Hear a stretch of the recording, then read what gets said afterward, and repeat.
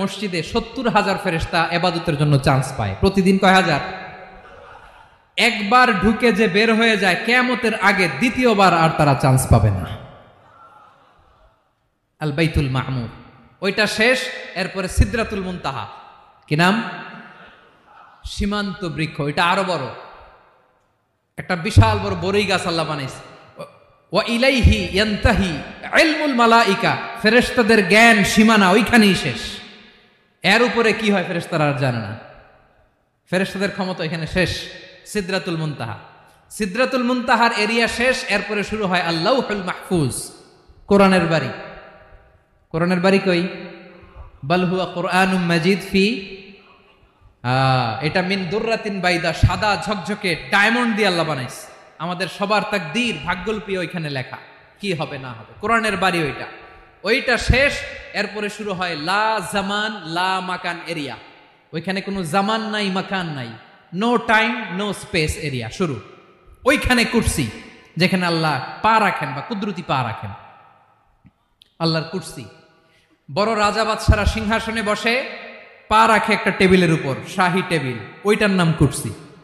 আল্লাহ বলে ওয়াসিআ কুরসিয়ুহুস সামাওয়াতি ওয়াল আরদ, আল্লাহর এই কুরসিটা এতক্ষণ যা বললাম এই সবগুলোর চাইতেও বড়।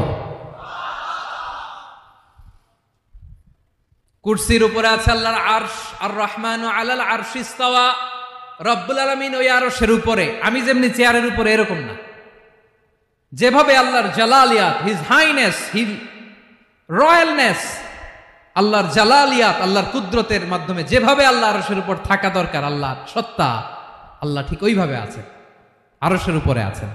ওয়া ইয়াহমিলু আরশা রাব্বিকা ফাওকাহুম ইয়াউমাইযিন সামানিয়া, কিয়ামতের দিন আল্লাহর এই আরশটা ৮ জন ফেরেশতা বহন করবে। আরশ বহনের জন্য আল্লাহর ফেরেশতা লাগে না, কোনো কাজের জন্যই আল্লাহর ফেরেশতা লাগে না। আল্লাহ বলে কুন ফায়াকুন, হয়ে যায়। তারপরে আল্লাহ নিয়োজিত রেখেছেন। সেদিন কিয়ামতের দিন আল্লাহর আরশটা বহন করবে কয়জন ফেরেশতা? এদের সাইজ কত বড়?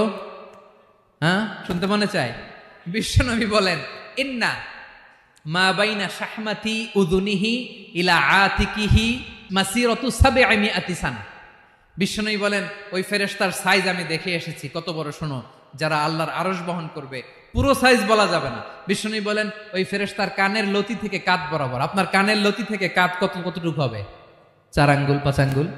বিশ্বনবী বলেন যে ৮ জন ফেরেশতা কিয়ামতের দিন আল্লাহর আরশের পায়া ধরে থাকবে, ওই ফেরেশতাগুলোর কানের লতি থেকে কাঁধ বরাবর আসতে সবচেয়ে দ্রুতগামী যানবাহন, পৃথিবীতে সবচেয়ে দ্রুত চলে আলোর ফোটন।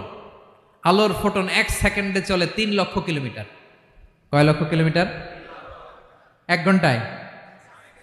১ মিনিটে? কয় সেকেন্ডে? ১ সেকেন্ড।